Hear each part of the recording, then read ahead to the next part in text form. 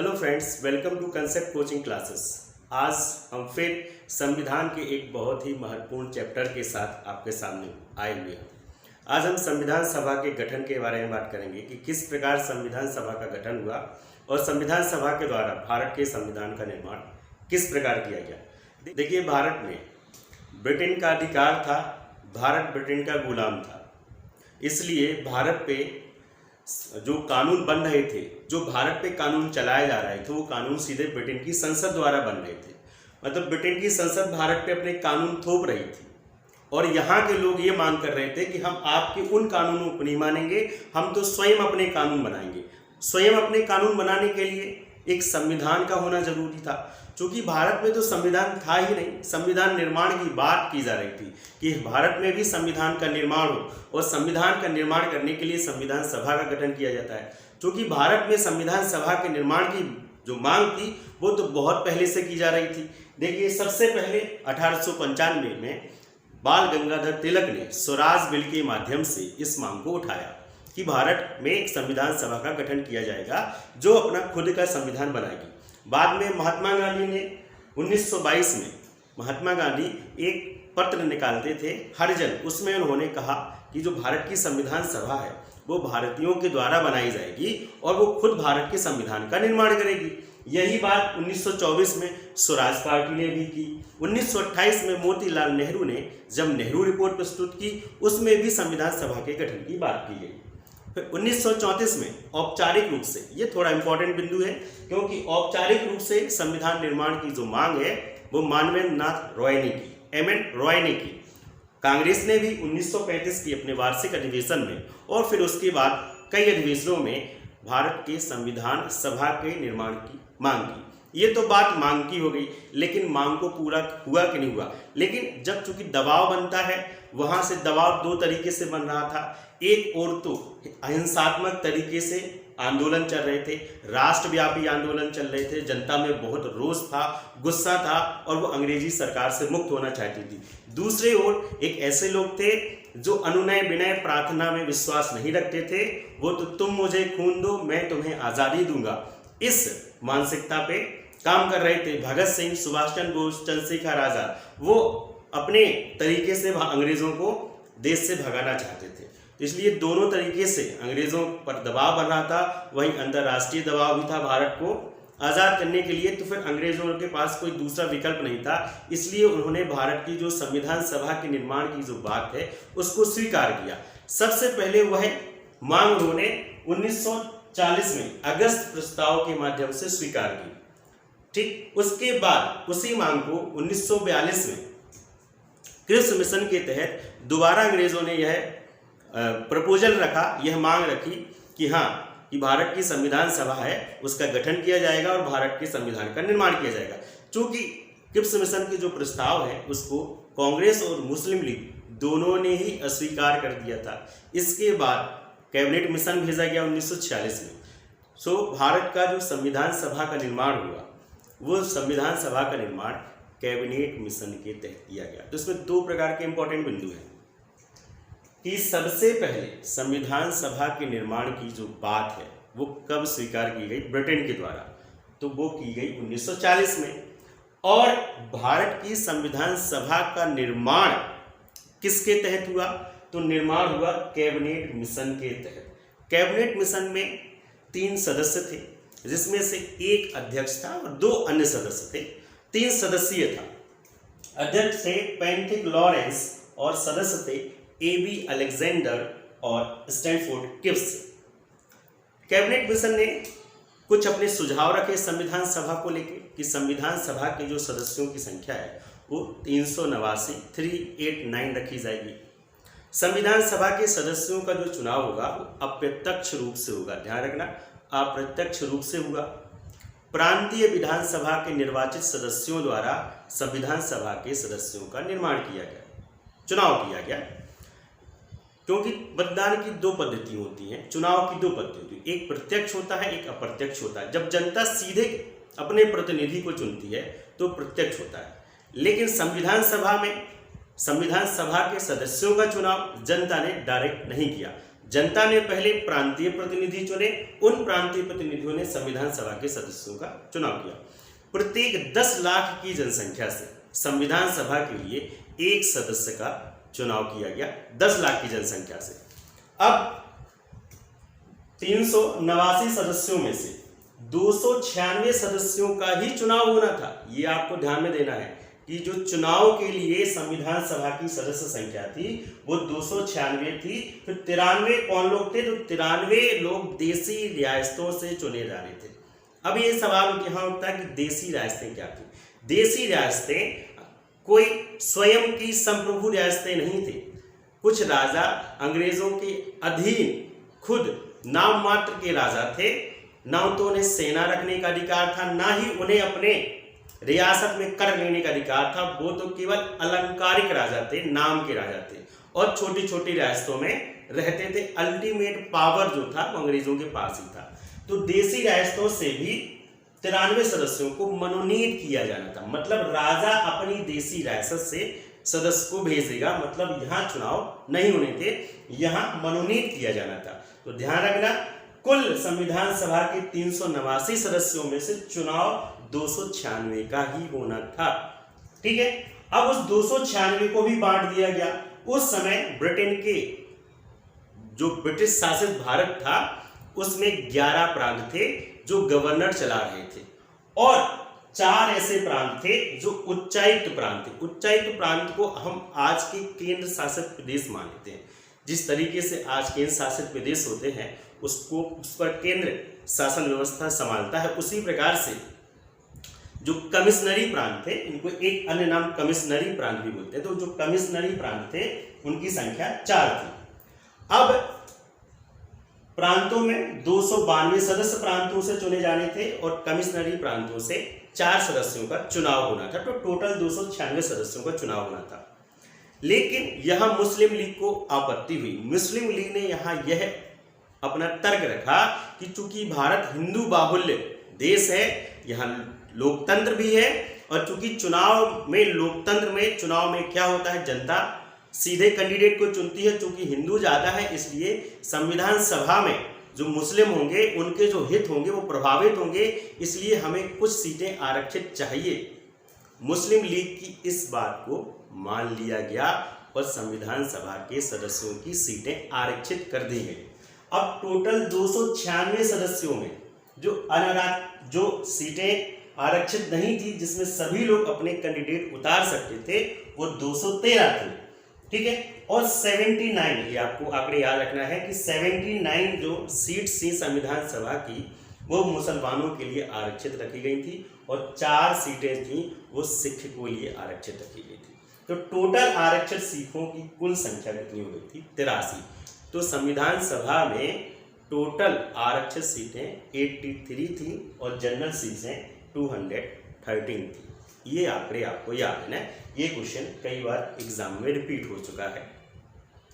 ठीक है, अब संविधान सभा के लिए सदस्यों का जो चुनाव था वो जुलाई अगस्त 1946 में किया गया, जिसमें सबसे बड़ी पार्टी कांग्रेस बन के आई, जिसको प्रचंड बहुमत के साथ 208 सीटें मिली। उसके बाद मुस्लिम लीग को 73 सीटें मिली, जबकि अन्य के खाते में 15 सीटें गई। अपनी इस हार से मुस्लिम लीग बौखला गई और उसने संविधान के बहिष्कार की बात की। उसने कहा कि वह संविधान सभा में पार्टिसिपेट नहीं करेगी, उसका बहिष्कार करेगी। इसके लिए मुस्लिम ने प्रत्यक्ष कार्रवाई दिवस 16 अगस्त को मनाया, जिसमें बहुत ज़्यादा सांप्रदायिक दंगे हुए और देश का माहौल खराब हुआ। लेकिन फिर भी चूंकि कांग्रेस का उसमें बहुमत था तो संविधान सभा का गठन किया गया। अगर बात देसी रियासतों की जाए तो देसी रियासतों के प्रतिनिधियों में संविधान सभा में जाने का बहुत ज़्यादा इंटरेस्ट नहीं दिखाया, लेकिन बाद में धीरे धीरे देसी रियासतों के प्रतिनिधि संविधान सभा में शामिल हुए।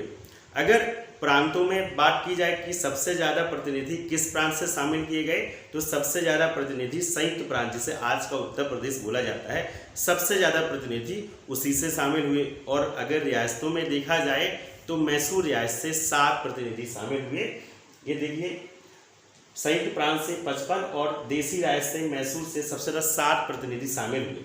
हाँ, ये भी एक बहुत महत्वपूर्ण क्वेश्चन बनता है कि संविधान सभा में कुल महिला सदस्य कितनी निर्वाचित हो गया है? तो संविधान सभा में 15 महिला सदस्यों का भी निर्वाचन हुआ और एससी के 26 सदस्य और एसटी के 33 सदस्य भी संविधान सभा में निर्वाचित हो गया है।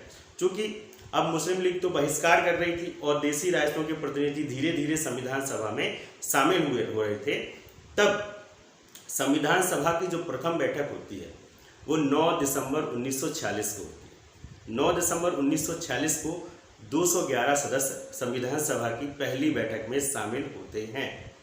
अब चूँकि पहली बैठक थी, सारे सदस्य शामिल हो गए थे। अब बात ये उठती है कि संविधान सभा की अध्यक्षता कौन करे? तो सबसे वरिष्ठ सदस्य डॉक्टर सच्चिदानंद सिन्हा को संविधान सभा का अस्थायी अध्यक्ष चुना गया। तो अगर पहले अध्यक्ष की बात की जाए कि संविधान सभा के पहले अध्यक्ष कौन थे, तो डॉक्टर सच्चिदानंद सिन्हा ही थे। अगर लेकिन पूछा जाए कि संविधान सभा के स्थायी अध्यक्ष कौन थे, तो डॉक्टर राजेंद्र प्रसाद थे। तो पहली बैठक की अध्यक्षता डॉक्टर सच्चिदानंद सिन्हा ने की। दूसरी बैठक 2 दिन बाद हुई। 9 के बाद 2 दिन बाद 11 दिसंबर 1946 को संविधान सभा की दूसरी बैठक होती है। दूसरी बैठक में डॉक्टर राजेंद्र प्रसाद को सर्वसम्मति से अध्यक्ष बना दिया जाता है और एससी मुखर्जी को उपाध्यक्ष बनाया जाता है। आगे चल के संविधान सभा के दूसरे उपाध्यक्ष भी बनाए जाते हैं, जो थे टीटी कृष्णाचारी। ये देखिए, फिर संविधान सभा को विधिक सलाह देने के लिए एक संवैधानिक सलाहकार बनाया गया। बीएन राव वो संवैधानिक सलाहकार थे। बीएन राव का पूरा नाम वेनिगल नरसिंह राव है। बीएन राव ने संविधान का पहला प्रारूप बीएन राव ने ही तैयार किया था। बीएन राव इसके साथ साथ बीएन राव ने भारत का तो प्रारूप बनाया ही संविधान का, साथ ही साथ बर्मा, जिसे आज का म्यांमार कहते हैं, उसके देश के संविधान का भी प्रारूप तैयार किया था। बाद में बीएन राव यूएन में भारत के प्रतिनिधि रहे और अंतर्राष्ट्रीय न्यायालय जो द हेग में है उसमें भारत के प्रथम न्यायाधीश नियुक्त होने का गौरव भी बीएन राव को प्राप्त है। अब बात होती है तृतीय बैठक की। संविधान सभा की तृतीय बैठक 2 दिन बाद मतलब 13 दिसंबर 1946 को हुई। इस बैठक में पंडित जवाहरलाल नेहरू ने उद्देश्य प्रस्ताव रखा संविधान सभा के समक्ष कि हम इस संविधान का निर्माण क्यों करने जा रहे हैं और हमारी इस संविधान से क्या क्या अपेक्षाएं हैं और भविष्य में यह संविधान लोगों की किन किन आवश्यकताओं की पूर्ति करेगा। यही उद्देश्य प्रस्ताव बाद में संविधान की प्रस्तावना बना, जिसे उद्देशिका भी कहते हैं। ये उद्देश्य प्रस्ताव की जो भाषा थी वो ऑस्ट्रेलिया के संविधान से क्या थी, प्रेरित थी। संविधान पंडित जवाहरलाल नेहरू द्वारा प्रस्तुत जो उद्देश्य प्रस्ताव था उसको संविधान सभा द्वारा 22 जनवरी 1947 को स्वीकार कर लिया। तो संविधान सभा का निर्माण हो गया, संविधान सभा की बैठक भी हो गई। अब काम था संविधान का निर्माण करना। अब चूंकि संविधान का निर्माण करने के लिए सारे सदस्यों को कई समितियों में विभाजित कर दिया गया और उनके मध्य कार्यों का बंटवारा कर दिया गया। मतलब सभी को अलग अलग काम दे दिए गए और वो काम उनको तय समय सीमा के अंदर करके लाने थे। कुछ प्रमुख संविधान समितियां हैं जो आपके सामने प्रस्तुत हैं। इसमें से संघीय संविधान समिति, जिसके अध्यक्ष पंडित जवाहरलाल नेहरू थे, साथ ही साथ संघीय शक्ति समिति के भी अध्यक्ष पंडित जवाहरलाल नेहरू थे। प्रांतीय संविधान समिति, इसके अध्यक्ष सरदार वल्लभ भाई पटेल थे। मूल अधिकार, अल्पसंख्यक और जनजातीय क्षेत्र समिति, इन तीनों समितियों के अध्यक्ष सरदार वल्लभ भाई पटेल थे। लेकिन इन तीनों की उप समितियां भी थी जो परीक्षा में पूछी जाती हैं।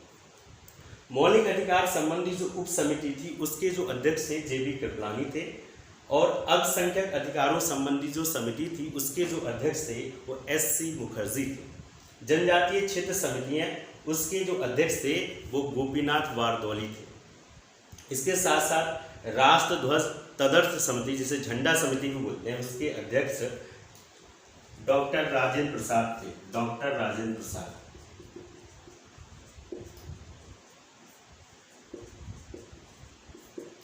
लेकिन इन सब में सबसे महत्वपूर्ण समिति थी प्रारूप समिति, जिसको मसौदा समिति भी बोलते हैं, ड्राफ्टिंग कमेटी बोलते हैं या पांडुलिपि समिति भी कहा जा सकता है। तो कभी कभी एग्जाम में प्रारूप समिति के अन्य नामों से भी क्वेश्चन आ जाते हैं। तो मसौदा समिति, प्रारूप समिति, पांडुलिपि समिति और ड्राफ्टिंग कमेटी, इसके ये 7 सदस्यीय थी। ठीक है। बी आर अम्बेडकर इसके अध्यक्ष थे। इसके साथ साथ इसमें 6 सदस्य और शामिल थे। बी आर अम्बेडकर के अलावा गोपाल स्वामी अयंकर, मोहम्मद सादुल्ला, के एम मुंशी, एन माधवराव, कृष्णामाचारी अय्यर, कृष्ण स्वामी अय्यर और टी टी कृष्णामाचारी ये इसके अन्य सदस्य, जिसमें से एन माधवराव के बाद बी एल मित्र और टी टी कृष्णामाचारी के स्थान पर डी बी खेतान इस प्रारूप समिति के सदस्य बने। प्रारूप समिति का जो गठन था वो 29 अगस्त 1947 को किया गया। फिर इसने जो अपना मसौदा तैयार करके दिया वो 21 फरवरी 1948 में दिया। 21 फरवरी 1948 में मसौदा देने के बाद संविधान का 3 बार वाचन किया गया। हालांकि वाचन की डेट नहीं आती है, लेकिन यहाँ हमने आपको मेंशन किया है वो कब कब किया गया। पहला जो वाचन था वो 4 से 9 नवंबर 1949 को था। दूसरा वाचन 15 नवंबर से 17 अक्टूबर 1949 के मध्य था। और तीसरा वाचन जो था वो 14 नवंबर 1949 से 26 नवंबर 1949। 26 नवंबर 1949 वो ऐतिहासिक दिन आ गया जिस दिन संविधान सभा के द्वारा संविधान को स्वीकार किया गया। तो संविधान सभा द्वारा संविधान को कब स्वीकार किया गया, आत्मार्पित किया गया या अधिनियमित किया गया, तो था 26 नवंबर 1949। इस दिन संविधान बनके पूर्णतः तैयार हो गया था। यह संविधान का 11वां अधिवेशन था। जब 11वां अधिवेशन में ही संविधान पूर्णतः बनके तैयार हो गया, और तो फिर इसे 2 महीने बाद ये प्रश्न उठता है कि फिर इसे 2 महीने बाद क्यों लागू किया गया, क्योंकि हम तो बहुत जल्दी में ही इसे लागू करना चाहते थे। जैसे हम इसे लागू कर देते तो ब्रिटेन का जो पूरा आधिपत्य था वो हमारे यहाँ से खत्म हो जाता। लेकिन इसका एक प्रमुख कारण ये है कि 26 जनवरी 1930 से 26 जनवरी के दिन को हम स्वतंत्रता दिवस के रूप में मनाते आए हैं।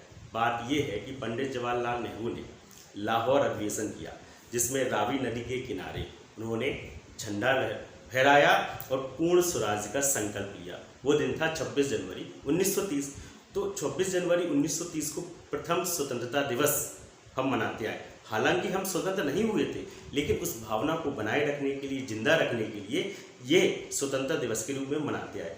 अब चूंकि 2 महीने बाद यह ऐतिहासिक दिन आना था, इसलिए हमने अपने संविधान को क्या है 2 महीने डिले कर दिया लागू करने के लिए। हालांकि 26 नवंबर 1949 को 16 आर्टिकल जिसमें नागरिकता से संबंधित आर्टिकल थे वो हमने लागू कर दिए, तो आंशिक रूप से तो ये लागू हो गया। इसलिए 26 नवंबर 1949 को हम विधि दिवस के रूप में मनाते हैं। ठीक है।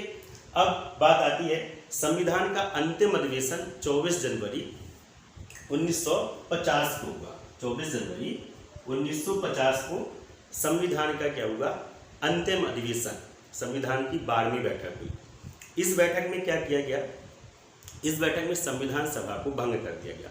क्यों? क्योंकि संविधान निर्माण का काम पूर्ण हो चुका था, तो संविधान सभा को भंग कर दिया गया। लेकिन संविधान सभा संसद का काम करती रही। कब तक? जब तक 1952 में चुनाव होके नई संसद नहीं बनी, तब तक संविधान सभा ने ही संसद का काम किया। तो संसद के रूप में संविधान सभा की अध्यक्षता जी.बी. मावलंकर करते थे, और संविधान सभा के रूप में इसकी जो अध्यक्षता थे वो राजेंद्र प्रसाद करते थे। इसका मतलब ये हुआ कि जो संविधान सभा थी वो 2 काम कर रही थी। वो काम कब से कर रही थी? 15 अगस्त 1947 को जब देश आज़ाद हुआ तो संविधान सभा ने दो काम किए। एक, कानून बनाने का काम संसद के रूप में किया। जब कानून बनाने का काम संविधान सभा करती थी तो उसकी अध्यक्षता जी.बी. मावलंकर करते थे, और जब संविधान सभा संविधान बनाने का काम करती थी तब उसकी अध्यक्षता डॉक्टर राजेंद्र प्रसाद कर रहे थे। तो लास्ट में 26 जनवरी 1950 को भारत का जो संविधान है उसे लागू कर दिया गया, और इस दिन को हम गणतंत्र दिवस के रूप में मनाते हैं। अब जब 15 अगस्त 1947 को देश आज़ाद हुआ तो संविधान सभा की सदस्य संख्या में अंतर आ गया। चूँकि संविधान सभा की जो सदस्य संख्या थी वो 389 थी, लेकिन वो तब थी जब पाकिस्तान भारत में शामिल था। आज़ादी के बाद पाकिस्तान भारत से अलग हो गया तो संविधान सभा के सदस्यों की जो संख्या है वो घटकर 299 हो गई। तो अगर पूछा जाए कि संविधान सभा के सदस्यों की संख्या घट के मुस्लिम लीग के जाने के बाद या पाकिस्तान के डिवीज़न के बाद कितनी हो गई, तो 299 हो गई। इसमें जो 70 प्रतिनिधि थे वो देसी रियासतों के थे। मतलब देसी रियासतों के प्रतिनिधियों को 70 सीटें मिली जब पाकिस्तान का भारत से क्या हो गया, विभाजन हो गया। तब मूल संविधान अंग्रेजी भाषा में ही लिखा गया, लेकिन इसकी हिंदी में भी मूल प्रति तैयार की गई। ये दोनों संविधान को लिखने का जो काम है वो प्रेम बिहारी रायजादा ने किया। इसके लिए उन्होंने कोई भी फीस नहीं ली, लेकिन उन्होंने हर पेज में अपने हस्ताक्षर किए और लास्ट के पेज में अपने हस्ताक्षर के साथ साथ अपने दादा के हस्ताक्षर किए। ये उन्होंने शर्त रखी थी। संविधान में जो बहुत सुंदर चित्र बनाए, वो चित्र बनाने का काम नंदलाल बोस व राम मनोहर सिन्हा ने किया। आज भी संविधान की मूल प्रति संसद में रखी हुई है, जो हीलियम गैस के अंदर रखी हुई है। तो संविधान की मूल प्रति आज भी संसद में हीलियम गैस के अंदर सुरक्षित रखी गई है। संविधान जब बना था तो उसे मूल संविधान की संज्ञा दी जाती है। तो मूल संविधान में 22 भाग थे, 395 अनुच्छेद थे और 8 अनुसूचियाँ थी, और कुल लगभग माना जाता है कि 64 लाख रुपए खर्च आया था संविधान बनाने में। अगर आज की बात की जाए तो भागों का क्रम संख्या तो वही है, लेकिन अगर उनको कुल के रूप में देखा जाए तो 25 भाग है, 395 ही अनुच्छेद है, लेकिन उसमें बाद में सब आर्टिकल ABCD करके जोड़े गए, जिससे उनकी संख्या 450 से ज़्यादा हो गई। और अगर अनुसूचियाँ देखी जाए तो अनुसूचियों की संख्या 12 है। तो इस तरीके से भारत का जो है संविधान का निर्माण हुआ। हालांकि भारतीय संविधान सभा की आलोचना की जाती है। कुछ लोग इसे कहते हैं कि ये हिंदुओं की संस्था थी या इसमें कांग्रेस का बहुमत था, लेकिन ऐसा नहीं। क्योंकि पाकिस्तान के डिवीज़न के बाद भारत में हिंदू बाहुल्य ही क्षेत्र बचा था, इसलिए चूंकि लोकतंत्र के हिसाब से संविधान सभा के सदस्यों का निर्वाचन किया तो हिंदुओं की संख्या उसमें ज़्यादा होना जरूरी है। एक तरीके से ये भी आलोचना की जाती है कि संविधान बनाने के लिए बहुत ज़्यादा समय ले लिया गया, जबकि अमेरिका का जो संविधान है वो 4 माह में तैयार हो गया था, और अमेरिका के जो संविधान में केवल 7 अनुच्छेद हैं। देखिए, भारत और अमेरिका के संविधानों में भले बहुत अंतर है, लेकिन अमेरिका और भारत में जो सामाजिक, राजनीतिक और आर्थिक स्थिति थी बिल्कुल अलग थी। भारत में बहुसंख्यक लोग थे, बहुत सारे धर्मों को मानने वाले, बहुत सारे जातियों को मानने वाले, इसलिए सबके लिए संविधान का निर्माण करना था। इसके साथ साथ भारत के संविधान में केंद्र के साथ साथ राज्यों का भी संविधान शामिल है। तो इन सभी के संविधान में और कोई छूट न जाए और सबको बराबर अधिकार दिए, इसलिए समय लगना लाजमी था। इसलिए भारत का संविधान के निर्माण के लिए जो 2 वर्ष 11 माह 18 दिन का समय लगा, वो समय लाजमी था, क्योंकि उसके लिए काम किया गया, क्योंकि विभिन्न समुदाय के लोगों के हितों को ध्यान में रखकर संविधान बनाया गया। इसमें किसी भी वर्ग विशेष को नहीं छोड़ा गया। और ये भी आलोचना की जाती है कि इसकी जो भाषा है वो बहुत ज़्यादा क्लिष्ट है, या इसे वकीलों का भी स्वर कहा जाता है। चूँकि देखिए, संविधान सभा में ये बात तो सत्य है कि संविधान सभा में वकीलों का ही प्रभुत्व था, क्योंकि उस समय जो जितने पढ़े लिखे लोग थे उसमें अधिकतर वकील थे, वो संविधान सभा के सदस्य थे। लेकिन यहाँ ये भी गौर करने वाली बात है कि महात्मा गांधी और जो जिन्ना है वो संविधान सभा के कभी भी सदस्य नहीं रहे, और इसके अलावा जितने भी जो फेमस या नामचीन लोग थे वो संविधान सभा में शामिल थे। इस तरीके से भारत का जो संविधान सभा है उसका गठन किया गया और संविधान का निर्माण किया गया। आई होप आपको ये पसंद आया होगा। इसी तरीके से अगला वीडियो भी जल्दी आपके सामने प्रस्तुत होगा। तब के लिए जय हिंद, जय भारत, जय संविधान।